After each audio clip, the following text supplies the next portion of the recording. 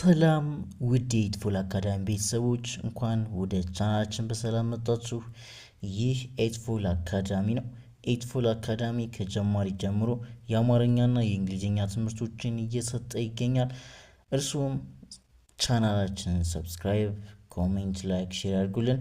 እንዲሁም በየትኛውም ዓለም ሆናችሁ እንግሊዝኛና አማርኛ ጀማሪዎች በኦንላይን ለመማር የምትፈልጉ በ0930245141 በተለያዩ ሶሻል ሚዲያ አማራጮች በቴሌግራም፣ ዋትስአፕ እና ኢሞ ልደውሉልን እንችላላችሁ። አሁኑኑ ተመዝገቡ። በአጭር ጊዜና በአጭር ገንዘብ የማይጠፋውን እውቀት እናጋራውታለን። እናመሰግናለን። ወደ ዛሬው ቪዲዮ እንሂድ። እንግዲህ በዛሬው ቪዲዮአችን ስለ ስላንግ እንግሊሽ ይዘን ቀርበናል። ስላንግ እንግሊሽ ከኖርማል እንግሊሽ ምን ልዩነት አለው የሚለውን በአጭር ሰዓት ለማብራራት እሞክራለሁ። ኦልራይት ሶ ስላንግ እንግሊሽ is nothing but one of the English which is spoken informally, right? ስፒክ የሚደረገው ይሄ በሆኑ ግሩፖች በሆኑ ሰዎች in everywhere ሊሆን ይችላል። የሆኑ ግሩፕ ኦፍ ሰዎች የራሳቸውን በፎርማል ሳይሆን በኢንፎርማል መንገድ የሚናገሩት ላንጉዌጅ ነው ማለት ነው። ራይት ሶ ኢንፎርማል ብለን እንጠራዋለን። በሀገራችን ስናመጣው የአራዳ ቋንቋ ብለን የምንጠራው ማለት ነው። ራይት የአራዳ ቋንቋ ለምሳሌ አማርኛ ላይ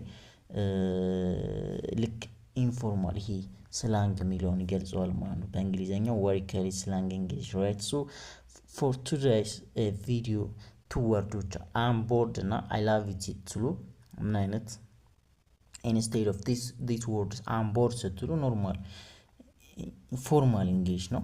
አይ ላቭ ኢት ስትሉ ፎርማል እንግሊሽ ነው። ሶ ለእነዚህ ፎርማል እንግሊሾች ምን አይነት ስላንግ መጠቀም እንችላለን የሚለውን አሳያችኋለሁ ማለት ነው። ሶ አም ቦርድ ስትሉ ፎርማል ነው ብያችኋለሁ። ኢንፎርማሊ ወይም ደግሞ ኢን ስላንግ ደግሞ ምን ማለት ትችላላችሁ?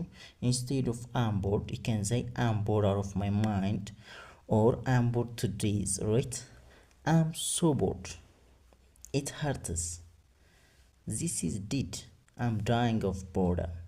There's nothing buzzing. I'm just rotting in bed. እንደዚህ ማለት ትችላላችሁ ማለት ነው። I love it ስለሚለው ደግሞ you can say or instead of I love it you can say I'm obsessed with it. It's the best. It slaps. It goes hard. This is everything. It's vibe. Stance ማለት ትችላላችሁ። አመሰግናለሁ።